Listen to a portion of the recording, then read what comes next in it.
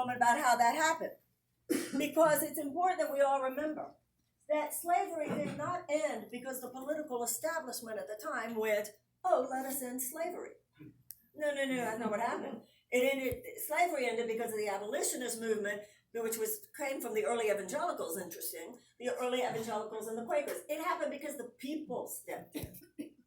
And the suffrage of women gaining the right to vote did not happen because the political establishment woke up one day and said, let us give women the right to vote. That is so not what happened. The people stepped in. That's what the women's suffragette movement. And similarly, with segregation, the government, the establishment, the political establishment didn't wake up and say, let's end segregation. No, it was Martin Luther King, the Southern Christian Leadership Conference, the Civil Rights Movement stood up. In other words, segregation ended because the people stepped in. And I'm saying to you, ladies and gentlemen, that for you and me to think that the same political establishment that brought us into this ditch are the only people we should consider qualified to lead us out of this ditch is just more foolish thinking. It is time for the people to step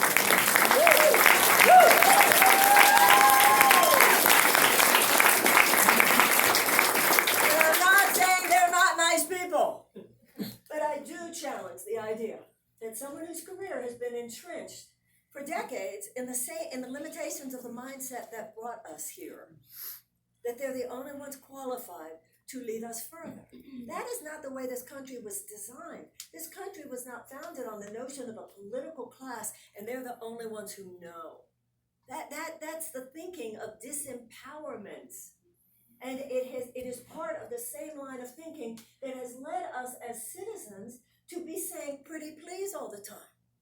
Now, I visited a school in Las Vegas where the principal told me that she has elementary school children on suicide watch. And she told me that your state budget has allowed, or maybe it was the school district, I'm not sure, one or the other, has allowed for social workers that could be taken to the schools. So this school principal told me that she called up the office, whether it was the state or the district, probably the district, I would assume, and said, I really have problems. I mean, if you have problems like elementary school children on suicide watch. She said, I need a social worker here. And she was told they couldn't send her one because her school is not the world. We have 13 million children who go to school hungry in America, and that's as true here as anywhere. We have millions of American children who go to school every single day in classrooms where they don't have the school supplies necessary to teach a child to read.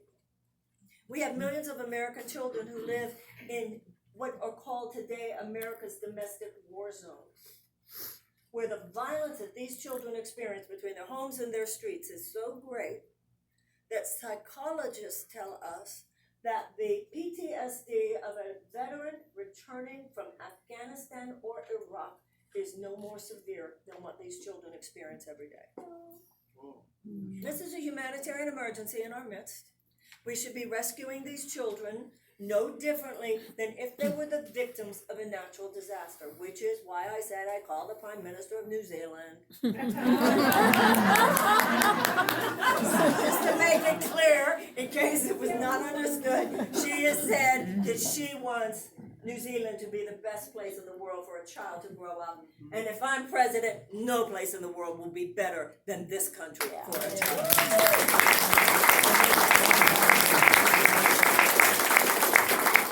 We are the only advanced country that bases our educational funding on property taxes. If you want to see the greatness of America's future, if you want to see the fuel for America's greatness in the 21st century, if you want to see the entrepreneurial spirit that could just blow open every limitation on a material level in this country, I'll tell you where it is. It resides in every kindergarten, in every place, every neighborhood in this country, inside the brain of every child. And we're sitting here talking about whether we're going to get the energy from the ground or we're going to get the energy from the wind or whether we're going to get the energy from the sun. I'm telling you where we get our main energy is if we have any concept of the potential of every 8-year-old. And those children who are not even given the adequate opportunity to learn to read, if they can't learn to read by 8, remember, chances of their high school graduation and diminish the chances of their incarceration is increased. So not only is this a terrible immorality, but also think of the unrealized potential on a financial basis, the millions and the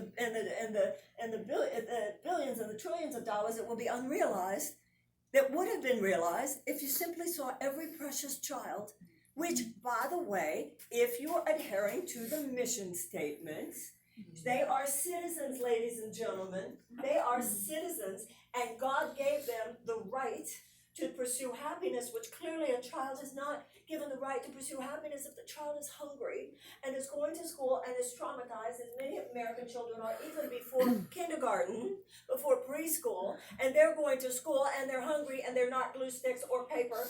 And our mission statement is that it is the government's function to secure those rights. But let me tell you why they are not. Let me tell you why our political establishment simply normalizes their despair. Have anybody here been asked by a pollster? Have you been called by any pollsters yet? Well, let me tell you, when you are called by a pollster, they're probably not going to ask you if one of your main issues is traumatized children. And let me tell you why. Because the political establishment, what are these kids? They can't. They're not old enough to vote, so there's no constituency there. They're not old enough to work, so there's no financial leverage there. So how can they possibly compete with the clout of the corporate money that dominates Washington? I see a lot of women in this room. The American woman should say, this stops now.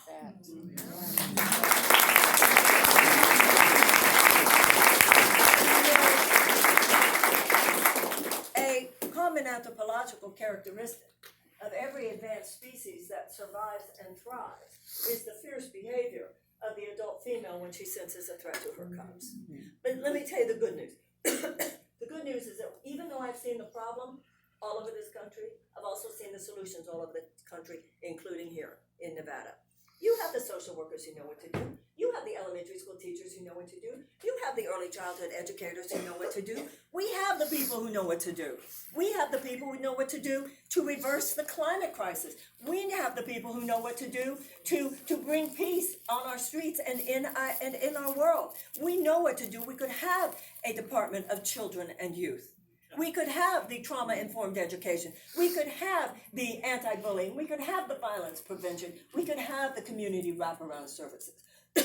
We could have the restorative justice. We could have the the conflict resolution. We could have the mindfulness in the schools. We could have the carbon sequestration. We could have the reforestation. We could have the development of sustainable energy systems, sustainable transportation, regenerative agriculture, dealing with the factory farms, getting rid of the nitrous oxide, getting rid of the methane. We could wage peace instead of perpetuating war. We could recognize that the military-industrial complex is adding several $100 billion to our national security agenda, which has nothing to do with waging peace, but only has to do with short-term profits for defense contractors, because just like with health insurance companies, just like with big pharma, just like with chemical companies, just like with agribusiness, just like with fossil fuel, just like our manufacturers, just like defense contractors, our government has reached a state of such corruption that they do more to advocate for the short-term profits of those corporate overlords than they do to advocate for the rest of us. I'm sorry, it's time. The people need to step in. I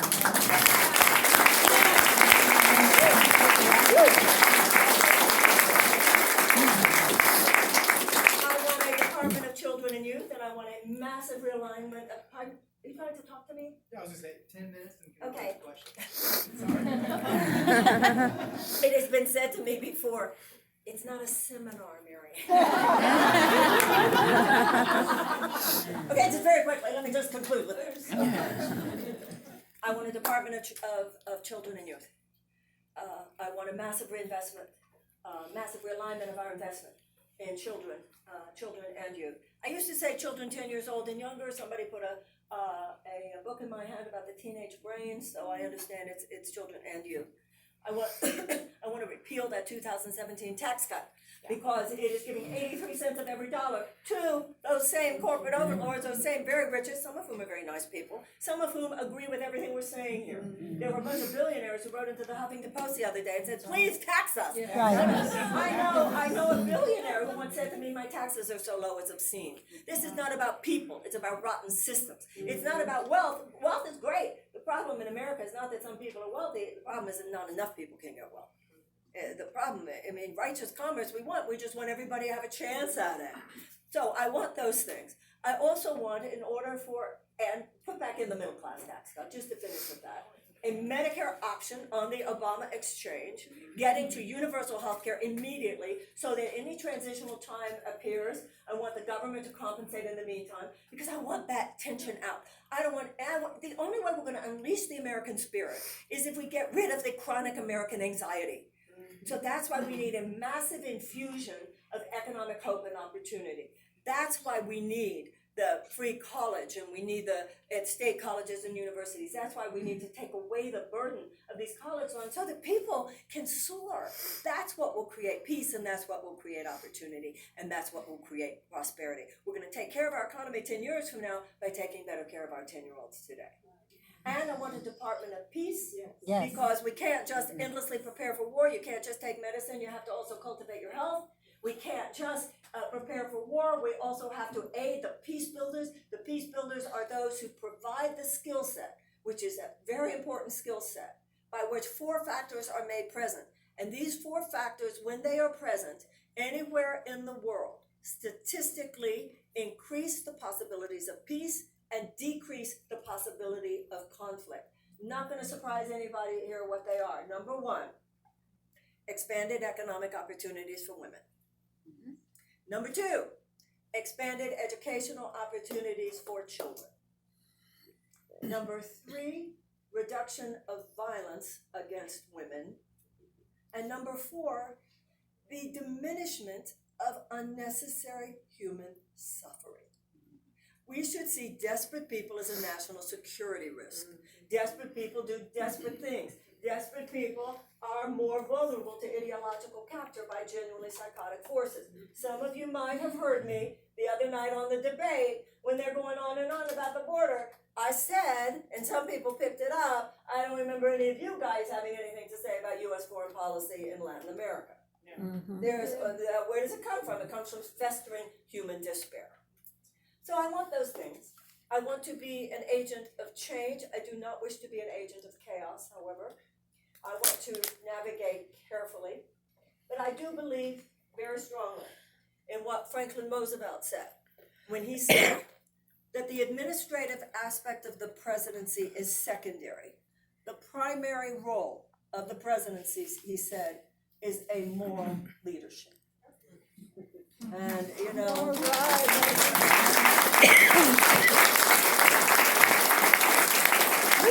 So I believe I bring a skill set. I believe I bring some energy. And I'll bet you. I bet you Donald Trump knows that too. Thank you very much.